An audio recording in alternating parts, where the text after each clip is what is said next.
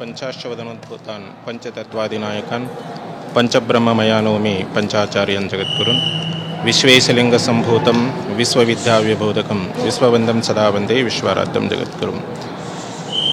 बृहन्मठ वटगी शाखा MIDC सोलापूर इथे आपलं तपोरत्तम योगीराजेंद्र शिवाचार्य स्वामीजीने स्थापन केलेले पंचमुखी परमेश्वर या मंदिरामध्ये जे काशी जगद्गुरू लान जगद्गुरूंच्या तपोनुष्ठान 4व्या वर्षाचं इथं चालू आहे।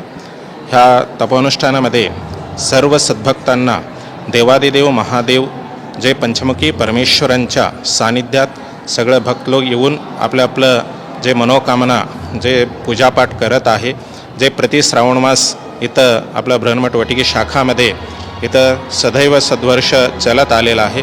हा वर्षसुद्धा यंदा हे वर्ष खूप वैभवाने हा एक कार्यक्रम व्यवस्थितप्रमाणे पार पडलेला आहे। आज जे चौथा सोमवार जे आपलं श्रावण मासामध्ये सोमवासरला विशेष महत्त्व आहे, जे देवादिदेव महादेवांच्या वासर म्हणून आपलं ओळखलं जातं। त्या सोमवासरला प्रत्येक शिवभक्त शिवांच्या घरी जाऊन म्हणजे शिवांच्या शिवालयामध्ये जाऊन जे आपल्या घरीमध्ये शिवांचं आराधना करतोय, तसंच स्थावरलिंगाचं दर्शन म्हणजे स्थावरलिंग म्हणलं तर आपल्या मंदिरामध्ये स्थापन केलेलं लिंग त्याला स्थावरलिंग आपण म्हणतो। ते स्थावरलिंगाचं दर्शन पूजन पाठन वगैरे करत असतात। त्यानिमित्ताने आज इथं जे एकाकाली म्हणजे एका ठिकाणी एकाकाली जे साकार आणि निराकार पूजा इथं होत आहे। म्हणजे शिवांच्या निराकार पूजेला फार महत्त्व आहे, साकार पूजेला सुद्धा आहे। म्हणजे साकारमध्ये आकाराने जे परमात्माचं पूजन करणं। इथं आपण पंचमुखी परमेश्वरला आपण बघत आहे। हा पंचमुखी परमेश्वर हे पंचभूताचं प्रतीक आहे। देवादिदेव महादेवाला पंचमुख आहे असं सांगितलेलं आहे। ज्या पंचमुख म्हणले तर आपण सद्योजात वामदेव तत्पुरुष ईशान्य अघोर तत्पुरुष ईशान्य असं पंच जे मुख आहे, पंचमुखातून जे वेद 4 वेद उत्पन्न झालेले आहे आणि जे शिवागम वगैरे उत्पन्न झालेले आहे असं प्रतीक आपलं शास्त्र सांगत आहे।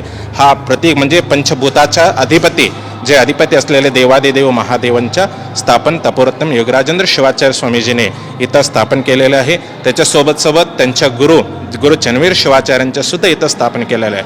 म्हणजे अगोदर शिवपतव नैवेकादर गुरुपतव मदलो असं कन्नडमध्ये सांगितल्याप्रमाणे जे आपण शिवाच्या सानिध्यात जायला अगोदर जे गुरुच्या सानिध्यात जायला पाहिजे। हा गुरुच्या सानिध्यामध्ये आपण इथं सर्व सद्भक्त लोक येऊन इथं पूजन करत आहे।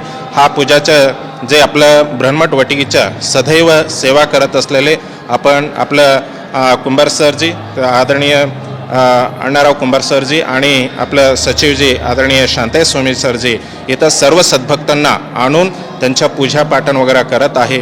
असंच आपलं सर्व सद्भक्त मंडळी जे आपलं ब्रह्मठ वटगीच्या सद्भक्त मंडळी हा सेवेमध्ये सदैव तत्पर सेवा करत आहे। असंच हा सेवाभाव सदैव सद्भक्तांच्या मना पोचण्याकरिता हा ब्रह्मठ वटगी सेवा करत आहे।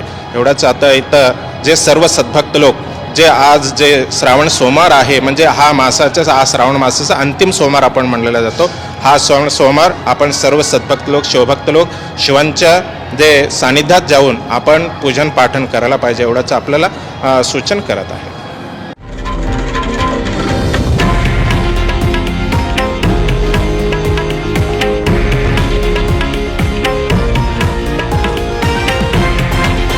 हे आहे देशातील नंबर 1 न्यूज नेटवर्क आणि आपण पाहत आहात TV9 मराठी, एकमेव।